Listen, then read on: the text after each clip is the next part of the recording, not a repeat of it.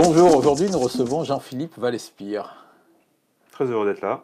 Soyez le bienvenu. Donc, nous vous recevons dans le cadre des Entretiens de la Glorieuse, publiés tous les mardis depuis 5 ans. Voilà. Vous êtes un journaliste indépendant, libre, mais aussi un homme de télé. C'est ça. Vous êtes un observateur de la vie locale à Montpellier depuis 2017 2017, oui. et spécialisé dans la vie politique.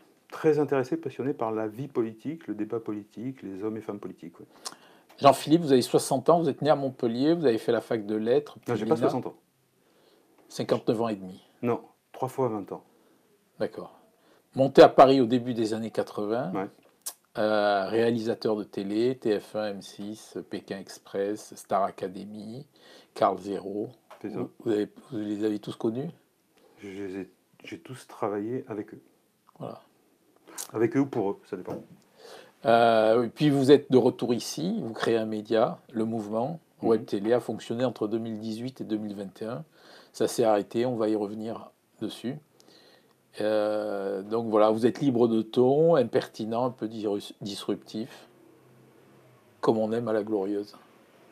Oui, comme j'aime lire La Glorieuse d'ailleurs, ce petit côté ouais, disruptif, Voilà, impertinent. avant de partir sur les questions, donc le numéro 10-10 de la Glorieuse, 1010, on revient donc sur la corrida politique dans l'arène de la LFI. Mhm. Voilà le sujet, là on en nous a parlé pendant tout le week-end. Un gros sujet, oui. Hein.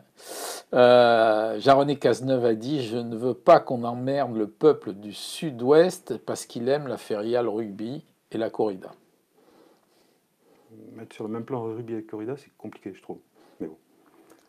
Moi, j'ai aimé la corrida enfant parce que je l'ai vu. J'ai été à Nîmes, j'ai vu Nimeno 2 couper ses banderilles et puis voilà, se retrouver au milieu de l'arène avec le taureau. Enfin, il y a un spectacle quand on le vit enfant et quand il est expliqué qu'on arrive à apprécier. Après, aujourd'hui, je comprends qu'on puisse remettre en question certains usages. Voilà. Autre sujet, travaux et circulation, la contestation s'élargit. Ah ouais. Les arbres de Carnon aussi, l'opération commando d'Yvon Bourrel. Voilà, et on revient sur le sujet, là, sur la comédie. Là, les contribuables payent-ils les 20 000 euros par mois pour un pop store à la place du Quick? Voilà. Jean-Philippe, donc. Moi, j'ai connu la grande brasserie à l'époque. La grande brasserie était à la place du Quick ou du. Ouais. C'était voilà. Mais c'est une vraie question. Est-ce que le contribuable doit payer ça? Je ne crois pas. Jean-Philippe, donc, vous êtes un homme de télé, donc on va commencer par l'altercation entre Cyril Hanouna et Louis Boyard. Est-ce que les politiques doivent être présents H24 sur tous les plateaux de télé au risque d'être traités comme des invités lambda? Alors j'espère qu'on ne traite pas les invités lambda comme on a traité le jeune député. L'invité lambda a autant sa part qu'un homme politique ou une femme politique. Ce qui s'est passé, oui, non, c'est déplorable, c'est terrible en fait. C'est une cour de récréation en fait. Hanouna, il exerce une espèce d'autorité un peu machiavélique. C'est comme si moi je vous disais, j'adore ce que tu fais, mais t'es con.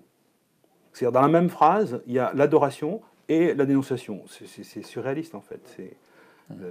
Ça ne peut pas fonctionner comme ça. Et accepter d'aller se... Alors si on est payé en tant que chroniqueur, je veux bien le comprendre, hein, mais accepter d'être invité, de se faire traiter de cette façon-là, c'est pas possible. Et puis surtout, il n'y a rien qui en ressort en fait.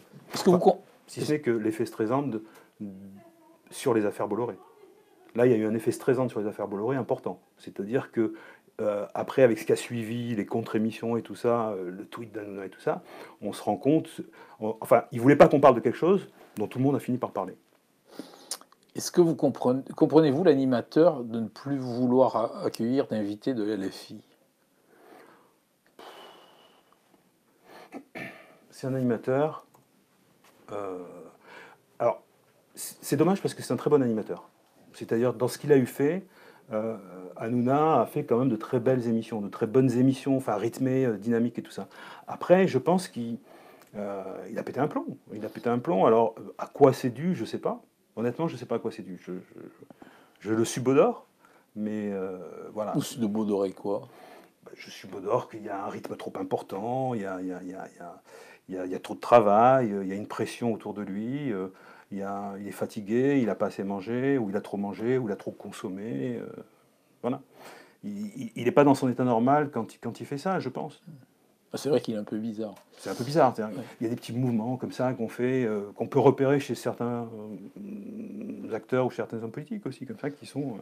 On se dit, bon, voilà, calmons-nous. Revenons sur la télé, là. On a parlé tout à l'heure du Pékin Express.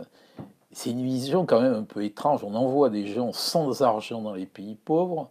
Quand Voilà, tu as parlé de Pékin Express. parce que j'ai décidé de parler de Pékin Express. Oui, tout à fait. Non, mais on n'en a pas parlé précédemment. C'est-à-dire qu'on s'est eu. Non, moi j'aime bien. On s'est eu au téléphone, vous m'avez dit qu'est-ce que vous avez fait. Je vous ai dit Pékin Express. Voilà. Alors, allez-y, enchaînez sur Pékin Alors, Express. Pékin Express, oui. Donc, on envoie des gens sans argent dans des pays pauvres. Ils voyagent à l'œil et en revenant, ils touchent 100 000 euros. Est-ce que la télé est immorale?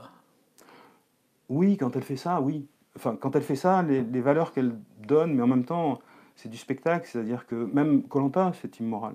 C'est une mission un peu pétainiste, c'est-à-dire qu'on dénonce son voisin et on l'élimine et on le sort. C'est-à-dire je te dénonce et je vote contre toi et tu sors. Et tout ça pour au final finir inintelligemment debout sur 2 poteaux pendant des heures pour gagner de l'argent. Oui, c'est pas fondamentalement moral. Mais par contre, il y a Hanouna qui nous donne des leçons de morale. Et mais à la limite, il peut. Enfin, j'ai envie de dire qu'il a le droit s'il a envie. C'est pas grave. Et plus il va s'agiter, plus il va nous donner, ou il va se donner à lui-même des leçons de morale, ou faire des mea culpa, plus il va fabriquer du contenu, plus il va fabriquer de l'audience, plus il sera, voilà, il sera au centre de plein de choses. Mais moi, je n'aurais pas tendance à le critiquer, à tirer sur le personnage. C'est pas très grave. Enfin, on peut donner son avis. Moi, je trouve que voilà, ça ne devrait pas être fait, ce qu'il fait, ce qu'il a eu fait là sur le député. Jeune député Boyard, mais bon, après, il a le droit. Enfin, il a le droit de le faire. Je ne sais pas s'il a le droit de le faire. Est-ce qu'on a le droit de traiter quelqu'un comme il a traité j'ai envie de dire, il a le droit d'être idiot et d'être con. C'est pas grave. Et on va revenir donc à votre aventure là, avec le mouvement. Est-ce que vous pouvez nous en parler un petit peu? Oui. Vous voulez que je vous parle de la genèse et de la fin, du début de la fin? Oui, voilà. Alors, en décembre 2021, on a fait le dernier post et on a fait une vidéo récapitulative de tout ce qu'on a fait. C'est 25 minutes que je vous invite à regarder. Que j'ai vu. Que vous avez regardé, mais la seule critique que vous aviez faite à l'époque, c'est de dire oui, non, quoi que c'était avant. C'est-à-dire qu'on avait été invité dans le bureau du maire pour faire l'interview de Michael Delafosse et il avait parlé du baby-foot. D'ailleurs, il avait eu un geste très fabusien qui était de dire oui, il y avait un baby-foot, là, on l'a enlevé. Et vous aviez relevé de l'interview qu'on avait fait à la mairie de Montpellier que ça. Alors qu'en fait, c'était très intéressant parce qu'il y avait surtout la fin où on lui posait la question de la relation du politique avec la presse et du financement de la presse dans un territoire comme celui de l'Occitanie. Mmh. Voilà. Donc, oui, voilà. Et alors, vous pouvez nous en faire une petite synthèse de ce qu'on n'a pas relevé? Non, une synthèse, ça demande peut-être des compétences que j'ai pas de faire une synthèse. Je peux vous en parler de façon un peu brouillonne, mais une synthèse complète, ça demanderait beaucoup de temps. Moi, ce que je vous invite à lire, c'est le livre Informer n'est pas un délit. C'est un livre où il y a Jacques-Olivier Tessier, qui avait fait Montpellier Journal à l'époque, et il y parle justement du financement de la presse sur le territoire. Et il dit un truc très juste, il dit si vous voulez savoir comment ça fonctionne, suivez l'argent. Et donc il faut suivre l'argent. Et c'est très intéressant parce que c'est un livre coécrit avec plusieurs journalistes, dont Élise Lucet, Fabrice Lhomme et tout ça. Et lui explique son aventure sur le territoire de Montpellier. Il explique qu'il a demandé des documents administratifs en 2010, où il voulait avoir en 2009 toutes les dépenses qui avaient été faites par les collectivités dans l'achat d'espaces publicitaires et d'annonces légales auprès des différentes presses, la Gazette, Midi Libre et tout ça.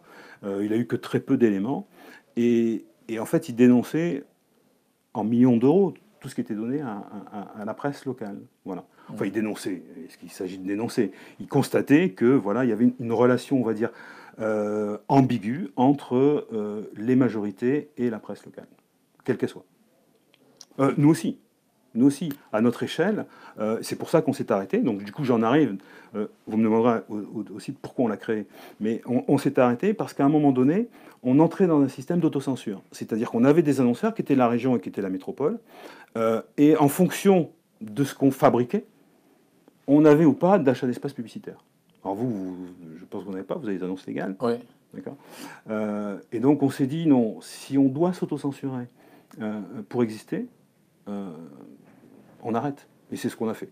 Et d'ailleurs, l'épitaphe du mouvement, le mouvement info, c'est né pour être sincère, mort pour rester sincère. Joli. Médias engagés, le mouvement? Alors, c'est ce que vous rappelez, vous m'aviez payé une bière à cause de ça. C'est-à-dire, vous m'aviez traité de journal mélanchoniste. Vous vous souvenez? Je vous ai appelé, je vous ai dit non, Tristan Cus, vous ne pouvez pas me faire ça. Moi, mes annonceurs, ils vont me prendre pour. Imaginez que Sophia Chikirou est actionnaire chez moi et je vais avoir aucun annonceur qui va venir dans un média hyper engagé comme ça. On s'est intéressé, c'est vrai, au tout début, la genèse du média, c'est ça, on s'est intéressé à ceux qui n'avaient pas la parole. On le fait aussi un petit peu. Mais nous, on l'a fait de façon excessive. D'accord. On l'a fait de façon excessive, c'est-à-dire qu'on s'est intéressé à des opposants qui n'avaient pas la parole et on les a surtout laissés parler sans les couper ou sans éditorialiser leur contenu. Et donc ça a fait de nous, on a dit qu'on était engagés. Mais je pense pas qu'on était engagés puisqu'on a donné la parole à tout le monde. Donc tout le spectre politique est venu chez nous. De Altrad, à Michael Delafosse, à Philippe Sorel, à Alex Larue, je parle que d'ici pour les municipales, tout le monde est venu en interview. On était juste à une rue à côté de chez vous, hein. Donc on a reçu tout le monde. Comment voyez-vous et analysez-vous l'offre éditoriale à Montpellier?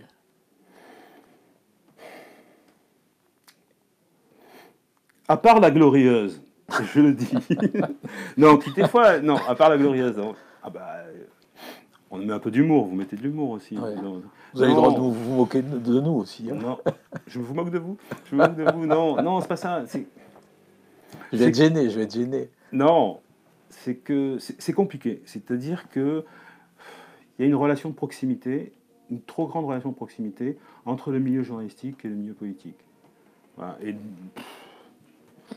comment expliquer? Moi, quand on me dit, quand je vais au Club de la Presse et que je vois le président du Club de la Presse interviewer on va l'appeler comme ça, un patron de médias, qui explique que son média existe là, qui vont faire une interview vidéo, un patron de médias qui travaille d'ailleurs en contractuel au département, et qui explique qu'il fait de l'information positive, je me dis, waouh, c'est quoi? On est où? C'est quoi l'information positive? D'ailleurs, c'est quoi l'information positive? C'est quoi, justement? C'est quoi l'information positive? C'est la communication. Et surtout, c'est vicieux de dire ça. C'est-à-dire que même Midi m'avait lancé hashtag Montpellier, côté Montpellier a lancé, il se présente comme fabricant de l'information positive. Ça sous-entend qu'il y aurait de l'information négative. Et là, c'est grave. Ça sous-entend... mais non, mais on met en demeure le journaliste de faire que de l'information positive. C'est-à-dire le beau temps, la météo, les sorties, et puis quoi? Et so what? C'est ça l'information? Sur les 600 000 euros donnés par la métropole à la chaîne de télé Via Occitanie. Oui, je réagisse là-dessus. Une remarque, je sais pas. Ouais, Est-ce que vous la regardez? Est-ce que vous la regardez? Elle est difficile à regarder. Alors, je donne le numéro, c'est 342, je crois, sur le... Allez-y, aidez-les. Non, mais regardez un petit peu les sujets. Mais non, oui. Qu'un EPCI donne 600 000 euros à une chaîne de télé, j'allais dire clandestine, mais c'est pas gentil, c'est disruptif justement de dire ça, mais je trouve ça... voilà. Mais Michael Delafosse répond très bien dans l'interview qu'on a fait à la mairie, où il dit pourquoi. Il dit, voilà, je l'assume. Il dit même avec le Midi Libre, il fait des émissions. Et puis après, il dit, bon, les journalistes ont... ces journaux ont leurs journalistes, et après, ils disent ce qu'ils veulent. Est-ce que tu dis ce que tu veux quand on t'entend balancer 600 000 euros? C'est une question. Est-ce que quand on doit te les balancer tous les ans? Est-ce que l'opposition demande des comptes sur ce qui a été produit? Alors, ce serait intéressant que... Alors, pas que l'opposition, enfin, que tout le monde se penche sur le problème, voilà. Il y a eu un avenant en plus par rapport à ces 600 000 euros de fabrication de flux, lequel, je ne sais pas. Alors bon, moi j'ai pas regardé ce qui avait été produit ou pas. Je veux dire, c'est difficile à regarder via Occitanie, mais voilà, qu'est-ce qui a été fait pour aider les concitoyens dans l'intérêt commun, le bien-être commun? Qu'est-ce qui a été fabriqué en matière de contenu audiovisuel qui vaille cette subvention? Moi, je veux bien qu'on me l'explique, hein, je veux bien apprendre, hein, c'est pas... J'ai des leçons à prendre. Je veux dire, la preuve en est, c'est que moi, mon média, on n'a pas réussi à lui donner 600 000 euros. Mais quand bien même on me les aurait donnés, je ne les aurais pas voulu, en fait, en vrai. Hein. Ça aurait été compliqué d'assumer voilà, un contrat avec une métropole, un EPCI. Je ne crois pas que c'est la destinée et que c'est la volonté. Enfin, en tout cas, j'aurais été très mal à l'aise avec ça. Voilà, j'imagine que vous pareil. Les médias qui Non, sont... non, on ne touche rien de la mairie. Enfin, même, on est blacklisté. Oui, donc, vous êtes toujours blacklisté. Oui, oui, oui. C'est terrible, ça. Oui, on n'est pas accueilli, on ne reçoit pas les communiqués de presse, on n'est pas informé. Arrêtez de blacklister Tristan Cuche. Donc, j'en étais où? Qu'est-ce que vous retirez de votre expérience de journaliste à Montpellier? Un véritable amour du contenu politique. C'est-à-dire qu'il est trop souvent saucissonné, il est trop souvent... le temps long dans l'interview politique, pour moi, c'est un vrai plaisir. C'est-à-dire que... enfin, le temps long. Pas forcément le temps long. C'est-à-dire que 5 minutes, c'est long en télé. Hein. En télé, on fait un sujet d'une 10, et quand on fait une 10, on est presque content. Ouais, tu vas faire une 10. Généralement, voilà. À une 30, on est le roi du monde, et à 2:30, on fait un magazine presque. Mais 5 minutes, 6-7 minutes, de faire un interview politique long, sans couper son interlocuteur, en le relançant juste ce qu'il faut, moi, je trouve ça important de pérenniser, de cristalliser dans le temps ce qui a été dit et ce qui est dit. Moi, j'ai des interviews avec Alex Larue que j'adore pendant la campagne des municipales où il me dit il faut faire les états généraux de l'immobilier. Et là, je me dis waouh, il est où? Dans quel camp politique? Il y a des choses comme ça qui ressortent qui sont passionnantes. Il y a eu Jacques-Olivier Tessier, que vous avez cité tout à l'heure, qui a fait du bon boulot à Montpellier. Ensuite, il y a eu Benjamin Théoul, qui faisait des enquêtes d'investigation et qui est parti pantoufler à la mairie.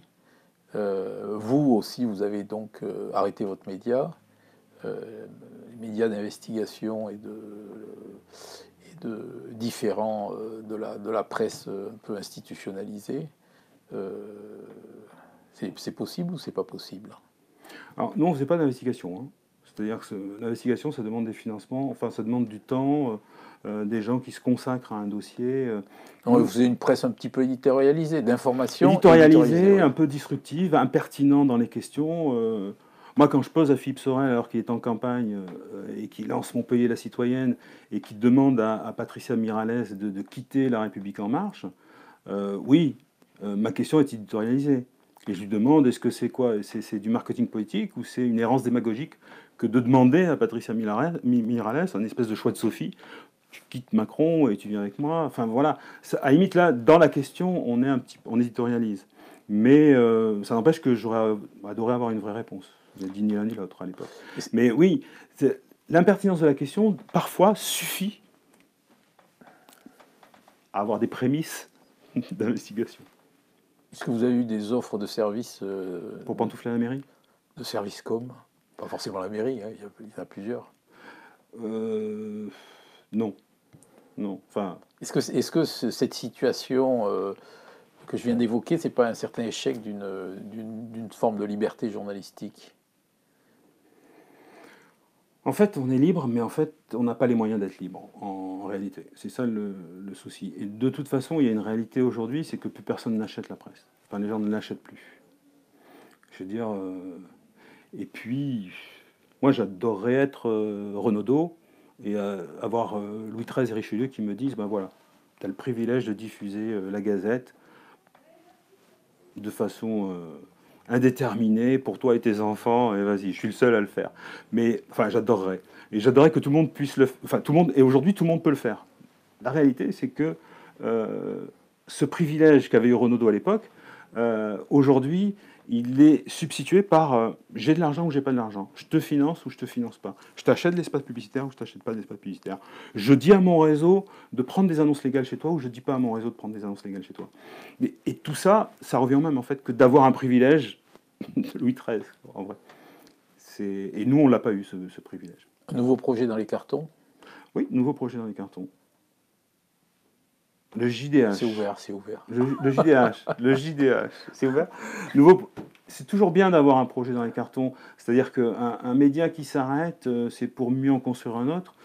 Après, je sais pas, peut-être que je le ferai au 30 mai, non pas 1631 comme la Gazette de Renaudot, mais au 30 mai 2023, il y a un agenda qui est intéressant, qui sont les sénatoriales, les élections européennes, avec une vraie question, est-ce que la NUPES existera toujours? Est-ce qu'il y aura des sénateurs PS, NUPS, LFI? Voilà, il y a un véritable agenda politique, et puis il y aura 2026 aussi.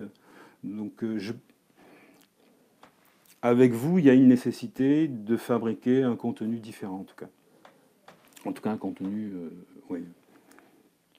Je vais garder mes mots, trop disruptifs pour moi. Mais c'est Bien. intéressant de fabriquer un contenu différent. Très bien, je vous remercie. C'est moi.